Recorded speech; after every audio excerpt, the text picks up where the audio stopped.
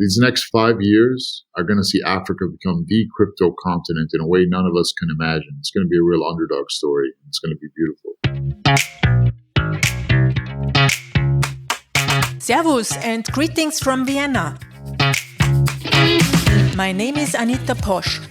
Thank you for listening to Bitcoin & Co., my podcast that's introducing the philosophy, ideas and people behind Bitcoin. Hello again.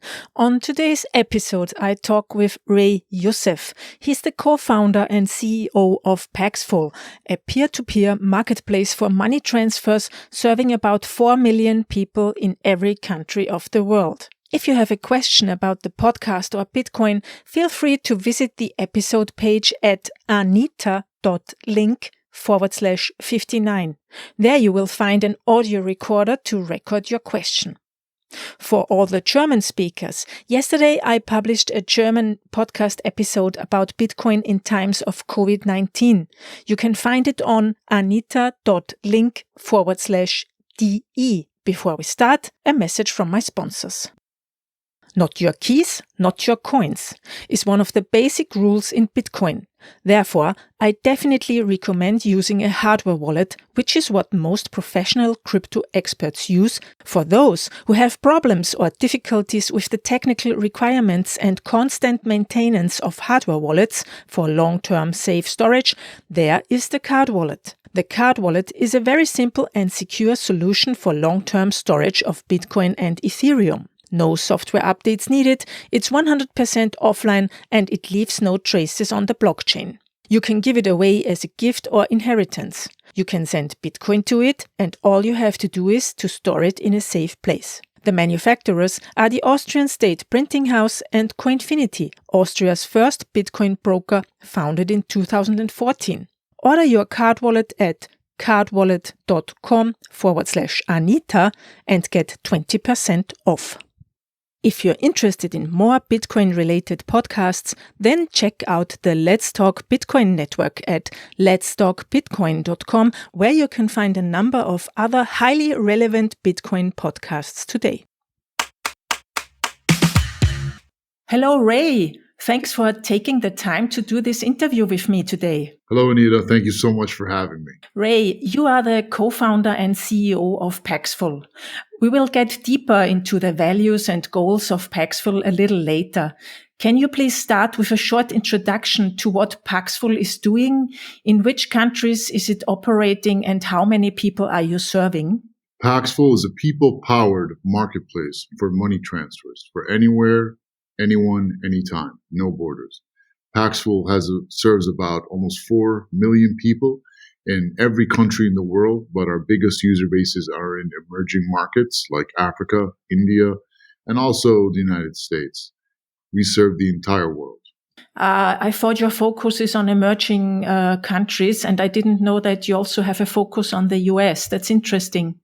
I mean, I know you have an office in New York. I've been there. I met with one of your marketing people last year.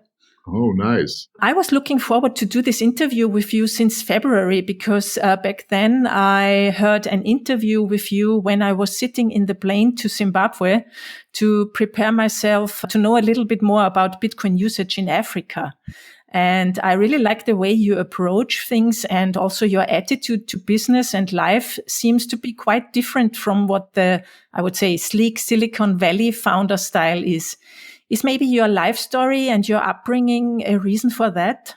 Yeah, absolutely. I'm not one of those Silicon Valley boys. I'm a first-generation immigrant, African immigrant to the United States. My parents came to New York City from Egypt when I was 2 years old.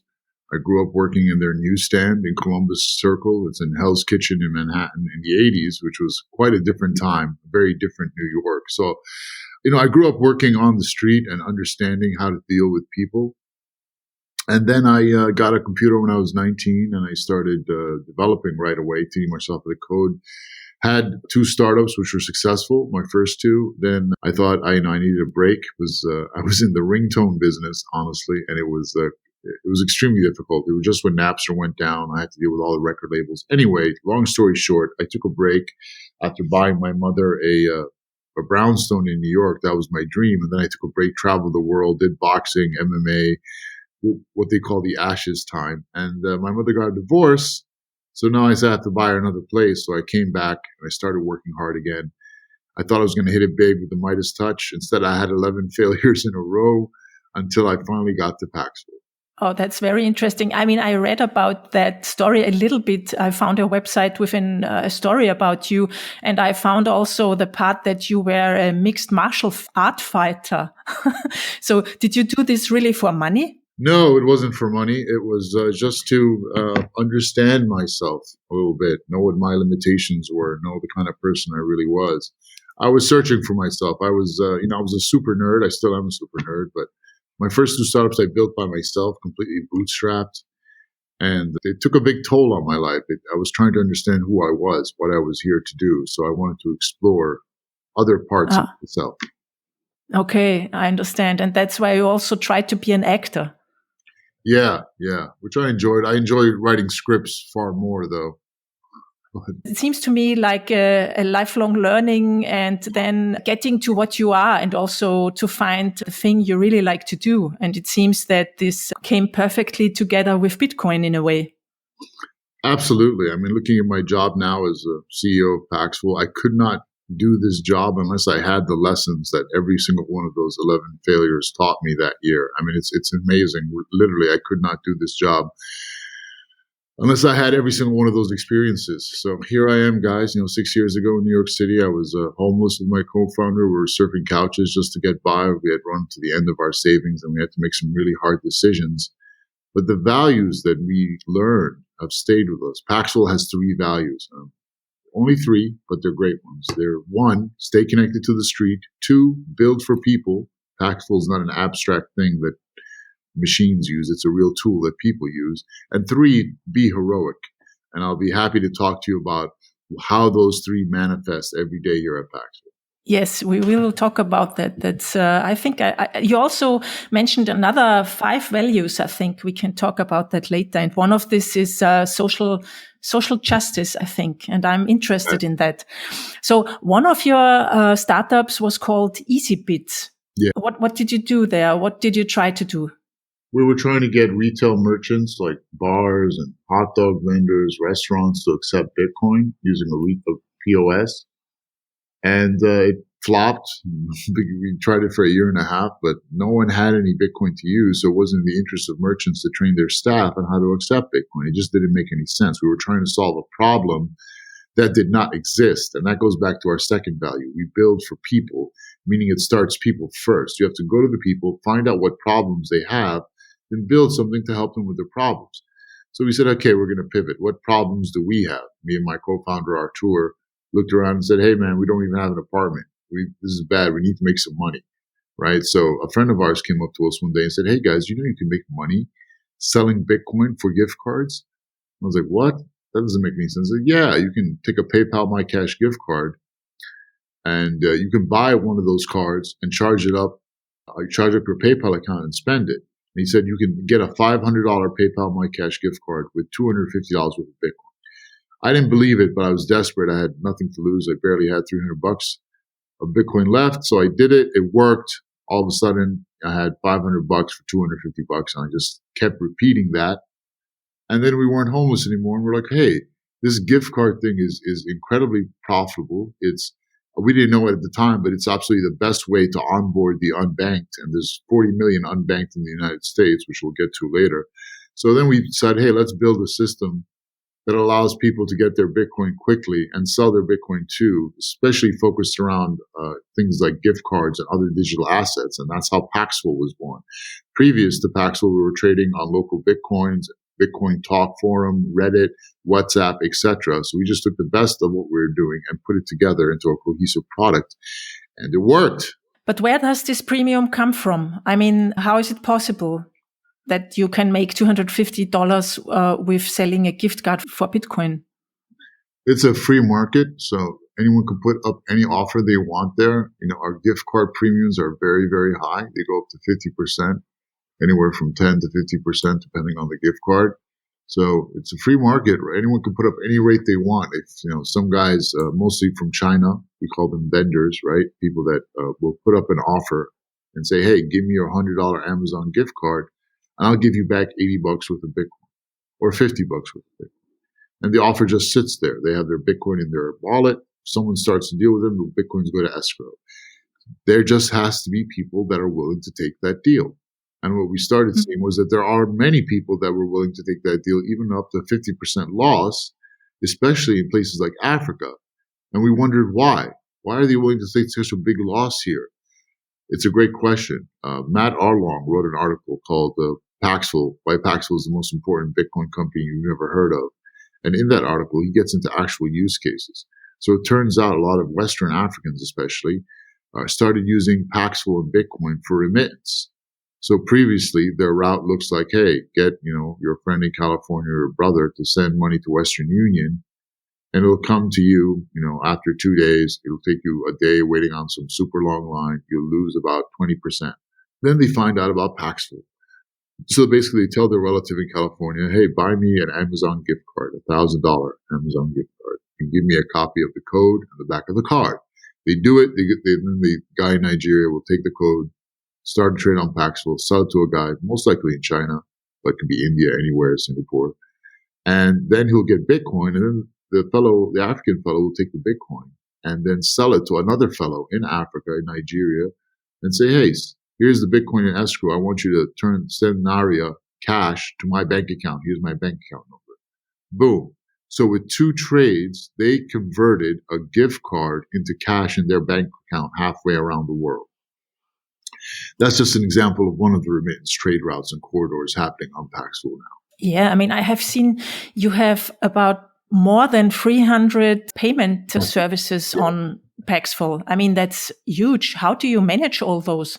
Well, yes, it is far bigger than anyone else. However, soon that might be 3,000 or even 2,000. Wow. Yeah, I mean, I'll give you guys, here's just some perspective. In Africa, there are 2,000 methods of payment alone, 2,000 payment networks in Africa. Only 3% of them talk to each other. So just so you folks understand how, someone, I was mentioning this, and then someone on Twitter said, hey, but Africa doesn't need all this peer-to-peer finance. They have M-Pesa. It works. M-Pesa is a great service in Kenya, started by a telco, Safaricom. M-Pesa also works in 7 other countries in Africa. And here's the deal. An M-Pesa user in Ghana cannot send money to an M-Pesa user in Kenya. They are also balkanized by the country. That's how backwards and broken the African financial system is. So, of course, people need these services to be able to move in and out of all these walled gardens. Yeah, and therefore they are prepared to pay a premium because at least it works. Exactly. And that's what people have to understand about the emerging world. And in the beginning, I was like, man, 10% for Western Union, that's too much. Why should you take 10%?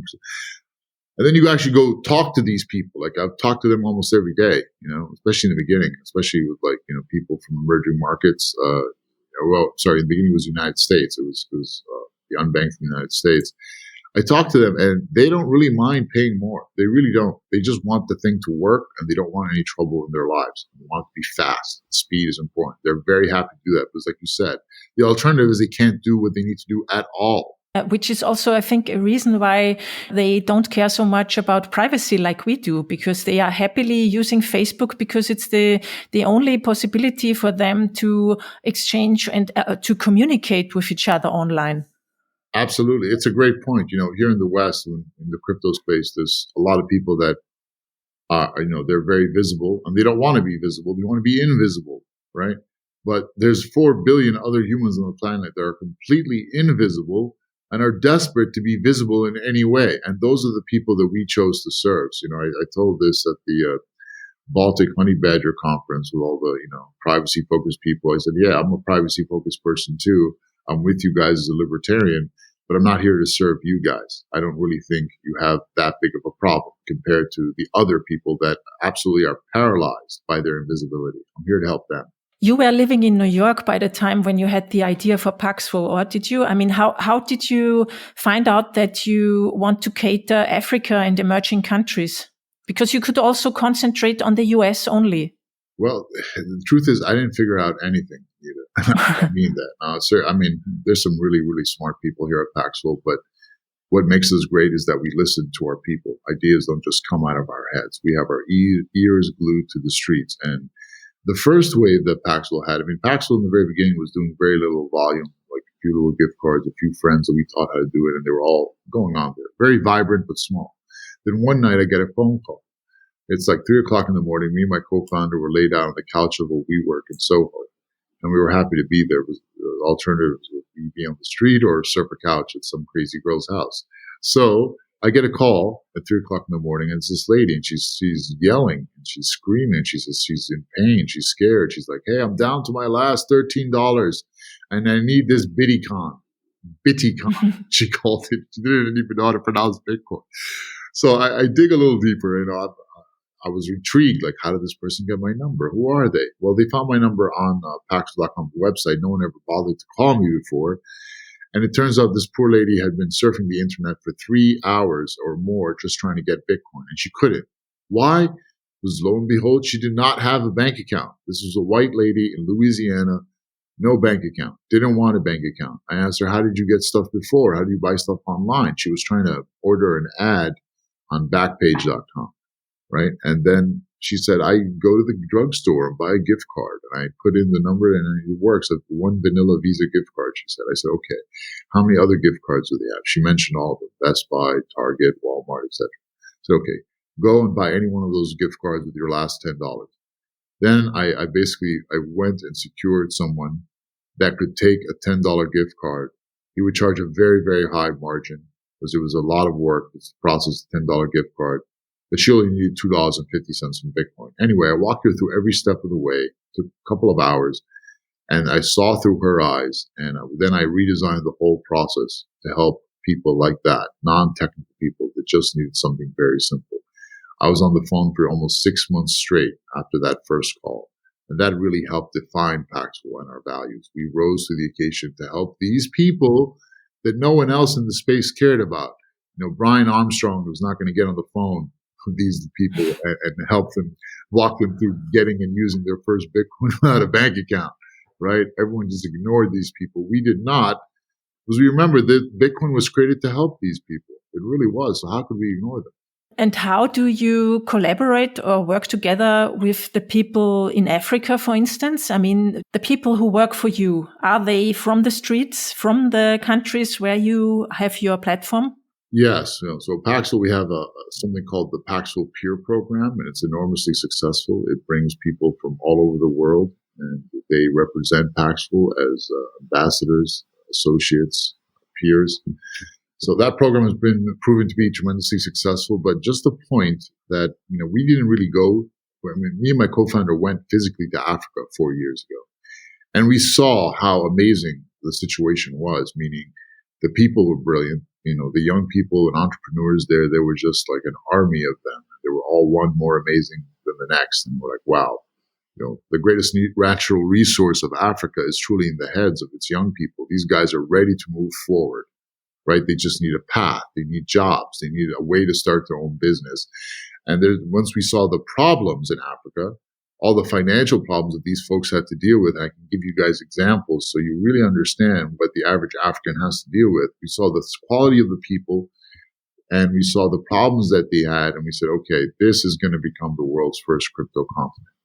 Because, back then, no one believed in Africa and Bitcoin. They all said, hey, there's no way those people are making $2 a day are ever going to buy Bitcoin from you. They literally laughed in our face. And we said, well, we think things are going to be different. So for the past 4 years, Paxful has done a lot in Africa. Not only have we gone there, I talk to the people every day. We're building 3 schools there. 2 schools are completed. We're building the 3rd one now. Our mission is to build 100 schools across Africa and the emerging world. It's called Built with Bitcoin. We're building wells. We're going to open up an incubation center there as well. We did a campus tour last year across 8 universities. It was tremendously successful. I'm very happy to share the results of that and how it helped us. I think everyone in the crypto scene. I think the next one we do should join us. I think it'll be amazing. But just to answer your question that you actually asked, Anita, but I'm not doing a good job of that. The African people came to us once they saw that this was a service that was made for normal people, it was built for people, and that we were responsive. And they could actually use it because they could get gift cards. Meaning when we got to Africa, we went to Nigeria, that was 4 years ago, the price of Bitcoin was 20 to 30% over market. And it's still the case in many African countries today. It's hard to get Bitcoin into those countries because it's hard to get money out of those countries to buy the Bitcoin. But those are the countries that need Bitcoin most of all. So we set out to actually first bring Bitcoin into Africa. And Nigeria is the biggest economy in Africa, the biggest population, the busiest port city. We said, okay, Nigeria, this is the place because the people here have immense hustle. So the hustle is real. So we focused on that, and we allowed them, because they can access an electronic asset, gift cards, turn into Bitcoin, connected them with China, and now over $60 million a week goes through that one trade route alone. It's poured a tremendous amount of Bitcoin into Africa, and you can see the price of Bitcoin Tenaria is almost market price now. So that is an achievement we're proud of. But we didn't do it. The African people did it for us, and we just, helped them along. So basically you brought Bitcoin into Nigeria, into Africa over your rails in a way. Yes, this was the only way to do it, because if you talk to any company that does business in Nigeria, they'll say the hardest part is getting money out of the country. How do you do that? We solved that problem with gift cards and the tremendous hustle and business acumen of the Nigerian people, along with the Chinese. Bring that all together, throw Bitcoin in there, stir it up, and boom, you have quite an awesome case study. In my opinion, I think it's the greatest case study of a real use case in Bitcoin thus far, by far, actually. Yeah. And it's interesting that we don't hear more about it. I mean, I went to Zimbabwe this February because I thought I would like to contribute in a way to bring the word out from Africa to Europe and to the US and to the Bitcoin community that this is a real use case, and that actually there would be the big markets, the big chances, not only for entrepreneurs, but also for the people. Absolutely. Absolutely. And we're seeing that now. Africa is leading all of our volume right now, and it's growing tremendously. And every time a new country comes online, we start to see exponential growth. So, these next 5 years are going to see Africa become the crypto continent in a way none of us can imagine. It's going to be a real underdog story. It's going to be beautiful. Mm-hmm. Did the COVID-19 crisis have an impact on the numbers of buyers and your trading volume? Yes, in the beginning, it sent our trading volume down by like 10%, but then the next month it jumped up by 20%, 30 total if you count the month before that, and the user signups jumped by 40%. So there was a little dip, and then a tremendous explosion. And what we're seeing consistently is that the whole world is going to start going peer to peer right now. Those people are beginning to ask questions. They don't trust the institutions they've been dealing with and the ways they've been doing things. They want other solutions that can't be taken so easily away from them, where they don't have to ask for permission. And naturally, that will lead people to type Bitcoin to a search engine and say, okay, what is this thing and how can it help me? And eventually, they'll find out about peer-to-peer finance. They'll find Paxful first. They'll go there and they'll say, okay, once I have this Bitcoin, oh, wait a minute. I can turn it into money in an African bank anywhere, or a bank in the United States. I can turn it into Alipay or make a WeChat pay payment or a PayPal deposit with it. This is amazing. And it all starts from there. The African people really understand how to, create something out of nothing. I heard you talking about 4 or 5 basic values that Paxful is operating on. Like one of these is social justice. What do you mean by that, and why is it so important for you? Yeah, they're actually, we refer to them as use cases of Bitcoin. So there's 7 total use cases. The first was gray markets. Every technology starts there. Then speculation. That's where we're currently at. And then there's 5 other use cases. There's payments, remittance, e-commerce, wealth preservation, right? And then the magical 7th use case we like to call social justice, or sometimes social good. I like the word social justice a lot better because there's people in the world that should not be in the position that they are in. I come from an abundance mindset. I don't believe in scarcity. I believe there's enough to go around for everyone. I believe the technology we have today, everyone could be living an amazing life, driving a great car, traveling the world. Everyone could be eating well. Call me crazy, but I believe in that world. And that world is only possible if there is no war. And wars are only possible if bankers can print fake money. That's why we call Paxful.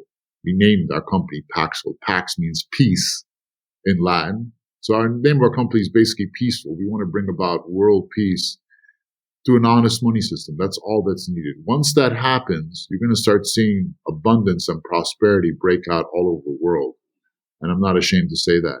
I mean, that's not something to be ashamed about in a way. So social justice for us, we thought really long and hard about it. And I was someone that never really believed in giving to charity. I was like, you give these guys money, who knows where it goes to? They're just, throwing parties or paying their costs, like how much it actually goes to the people.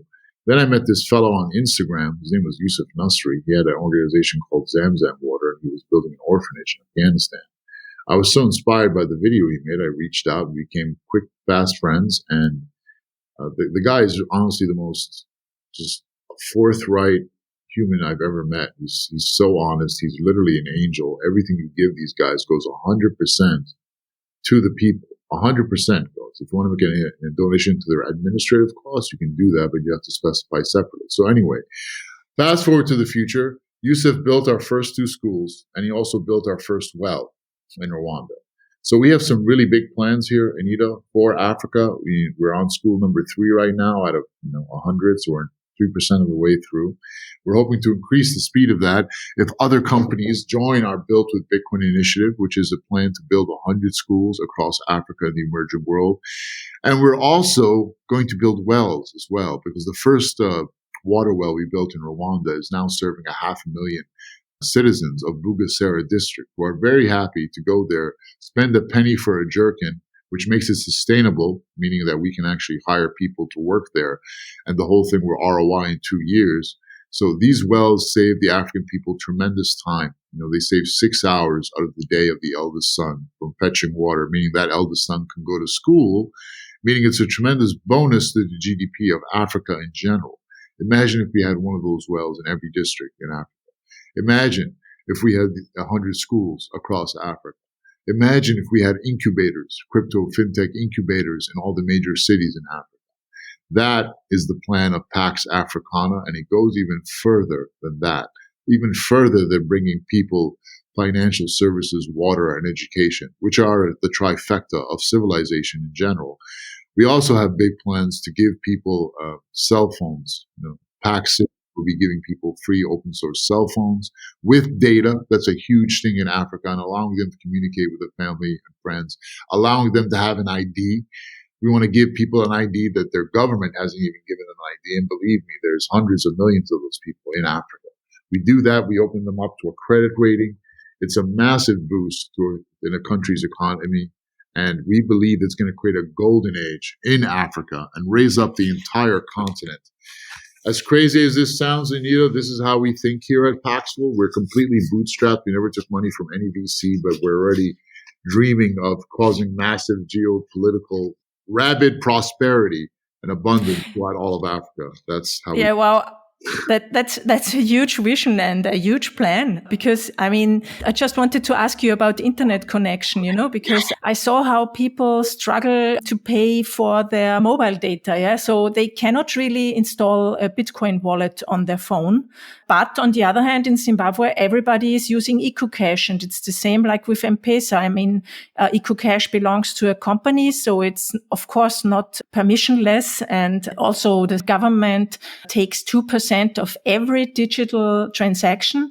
So people are really ripped off there. And do you also have plans for solar powered things?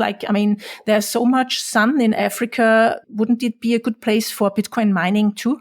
I can't speak about Bitcoin mining, but I would love to get into that with our incubators and fund some Bitcoin marketing operations in Africa. We already have solar panels in the first school in Rwanda that power, all the phones. We have a power station there as well. So definitely we're constantly maintaining these schools. Like, for example, this year we added a clinic and a sports field to the first 2 schools in Rwanda. And we're paying for the upkeep. We're paying the teacher's salary. We're paying for lunches and things like that. So it's not just building schools. It's supporting them. And it's a process of continual advancement, upgrading. It's kind of like playing a game of SimCity, right? You're always trying to upgrade your town, but here it's real people whose lives we're positively affecting. So we're very proud of that. And we want to accelerate the vision of Built with Bitcoin even more. So this is a shout out to everyone out there. If you want to help build wells, you want to help build schools for real people, real children, something that is sustainable and not going away, only going to grow, go to builtwithbitcoin.org. You can make a direct donation there to Zamzam Water. Youssef called me up a couple days ago and he's like, someone just sent me $10,000 of Bitcoin. Who was it? Was it you? And I was like, no, it wasn't me. He didn't know where it came from. But there's a lot of good people in this world and we can do a lot together. Wow, that's great. Congratulations. That's a very great idea and plan. I had a question from one of my listeners who's also already selling and buying Amazon gift cards for Bitcoin. And he was asking me, Amazon is forbidding the sale of Amazon gift cards, the trading with it. Do those companies give you any trouble? Yeah, pretty much every single one of them have sent us a cease and desist of some kind. And, we have a warning there on every page of our website saying we don't have anything to do with those companies, and we're not affiliated with them. We don't use their logos. But the real issue is a lot worse than that, because that's just a legal triviality. We're allowed to do people can do whatever they want on our platform as far as it's legal. It's a free market. The issue is that these gift card companies have imposed a data embargo upon us and the entire world, meaning they don't give you any way to check if an iTunes code is good, or if an Amazon code is good, or if any of these other codes are good. What that does is it opens up a huge market for fraud. And this is something called ripping, which is a very real problem peer-to-peer, especially with gift cards. And we're trying to find a solution for it. So basically, a ripper is someone that takes your gift card code and doesn't give you the Bitcoin because they claim your code is bad. But because you don't know if your code is good, sometimes there's no way for you to check. There's no way for our moderators to check. Sometimes we have no choice but to award it to the market maker, since they're the ones taking all the risk processing these gift cards. So it's a very difficult balance to get right. But this data embargo by the gift card companies is a real crime, in my opinion. It is truly a crime. It has hurt so many people. It has caused so much pain. It's forced us to try to, make all these workarounds for it. We actually created a special operation within our company to handle it, and a special task force to bust these rippers and to protect a lot of our African gift card sellers. So yes, Vanita, that's a great question, and it gets on to a much, much bigger question, which is, again, one of the challenges we have to deal with in trying to onboard the emerging world. If I would try to buy or sell Bitcoin on Paxful, I would not know how to be sure that I'm not ripped off.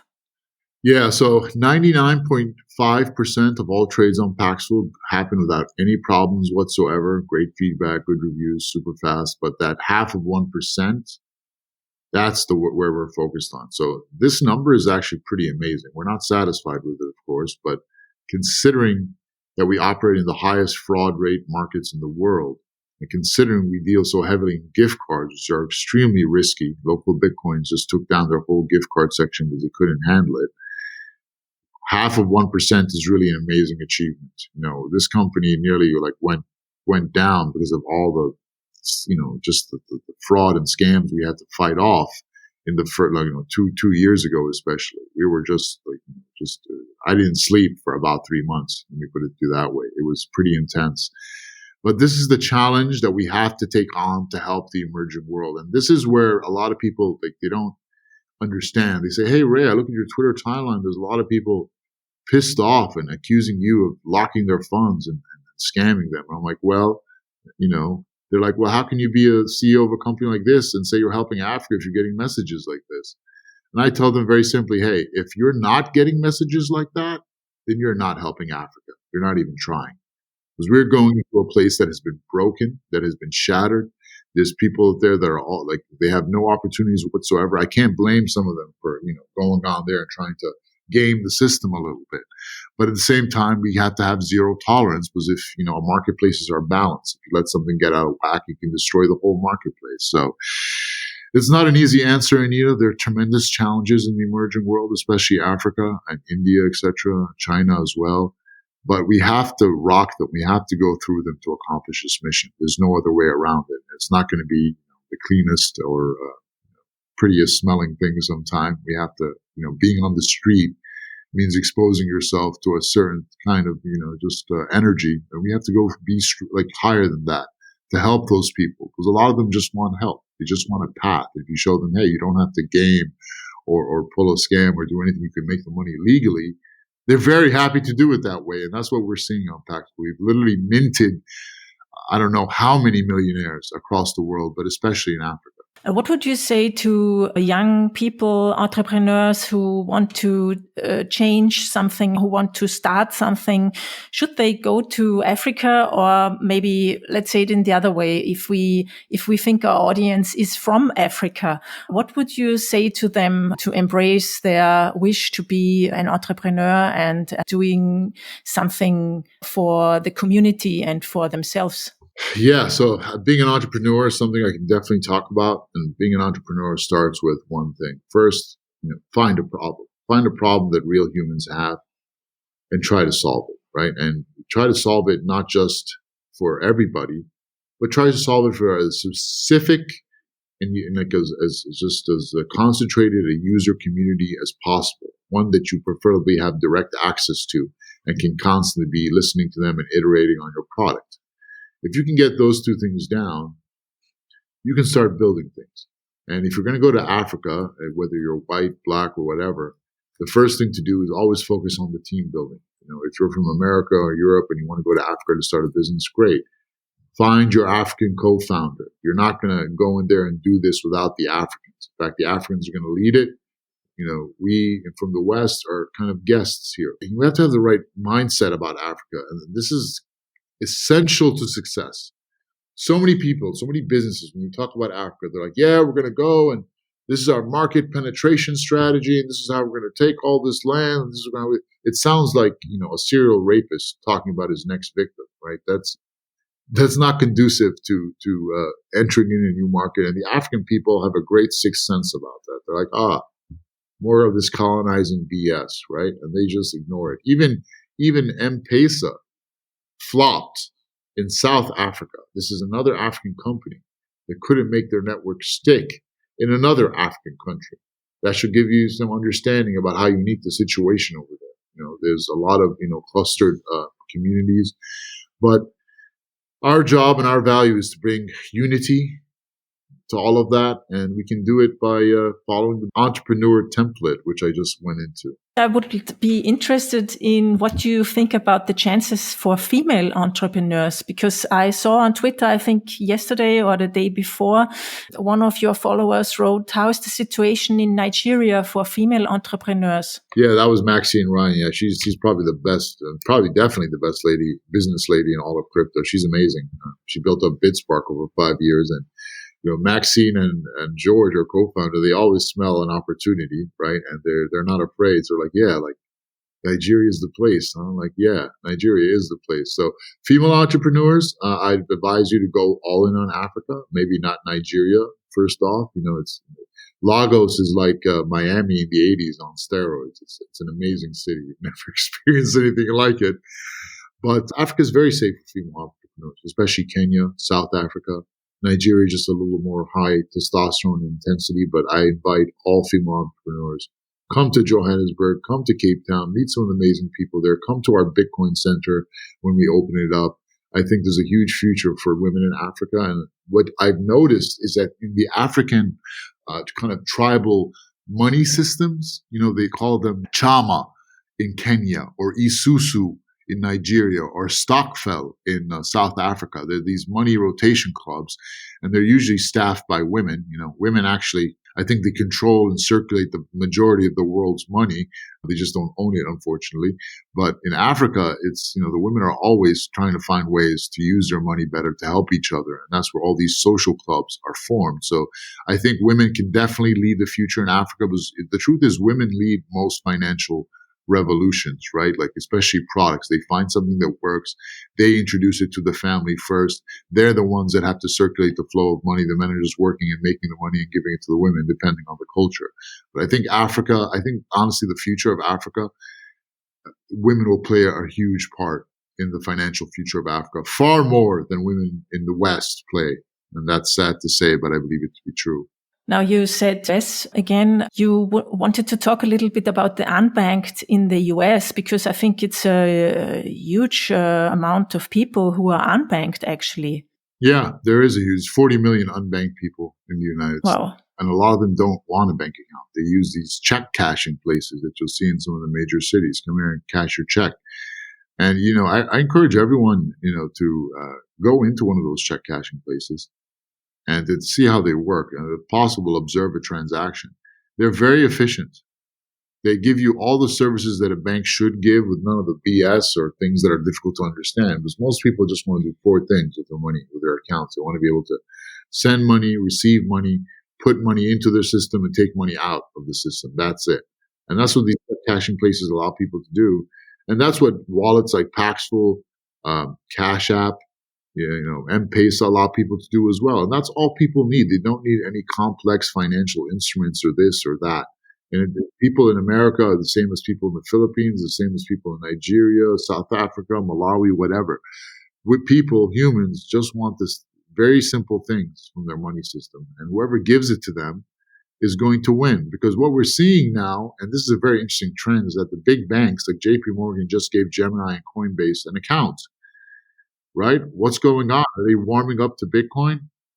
No, they're really not warming up to Bitcoin. What they're warming up to is the idea of getting traction in those emerging markets. Those are people they've never been able to access. And now they see these people are starting to turn to crypto. You better believe they want their foot in the door, because these guys do not want to be left behind and ignored. So now, yes, they are opening the doors to Bitcoin because they understand that Bitcoin is the tool that is going to bring tremendous amounts of fresh blood into the financial system. Yeah, I think so too. Ray, that was great. Thank you very much for this interview. And I really love the optimism you have, and also like the strength in doing these entrepreneurial efforts. In which country do you want to start the Bitcoin Center?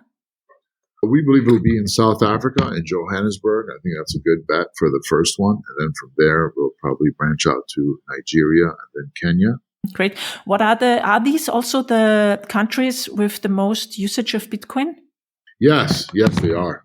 Tremendous usage of Bitcoin on Paxville. Mm-hmm. Okay, so I hope that when this COVID-19 crisis is over, I can travel again. And then it would be great if I could visit you in one of these Bitcoin centers, or to see one of your schools that were built with Bitcoin. That would be really great. Oh, I would love that. Yes, you are invited. Absolutely. The third school is opening up in Kenya, in Machakos County, in about a month. You are invited. I would love to see you there. And I think that would be great. Okay, thanks for all. Tell us, please, where can people find and follow you and your work? I'm Ray Paxful on Twitter, and I'm ray@paxful.com. As far as email goes, you can hit me up there. I also Ray Paxful on Telegram as well. Okay, and thank you very much. Yeah. If you get customer support, I might be one of the guys answering you early in the morning. Oh, really? Yeah. You still answer support tickets? Yeah, I do. And I do a lot of answering on social media as well. So I'm always trying to find the people that have slipped through the cracks. A guy that might have gotten his account banned because he was just confused about something, but he wasn't actually trying to do anything bad. Those are rare, but, our team is pretty good. But I'm always trying to just, stay connected to the street and understand how we can improve our system. Because our challenge is tremendous, Anita. We are literally giving everyone in the world access to every financial network in the world. And this is while things like KYC are still like broken industry wide. We're leading the way in KYC, where we are a very regulated exchange. We have our federal license in the United States, going for all of our state licenses. We're the first peer-to-peer company to do that. So it's a tremendous balancing act. And, I appreciate the community's patience there, but I'm always around. Great. Thank you very much for everything you do, and all the best to you and Paxful. Thank you so much, Anita. It's been my pleasure to be here. That's it for today. I hope you'll join me again next week. If you like my show, please write a recommendation in your favorite podcast player.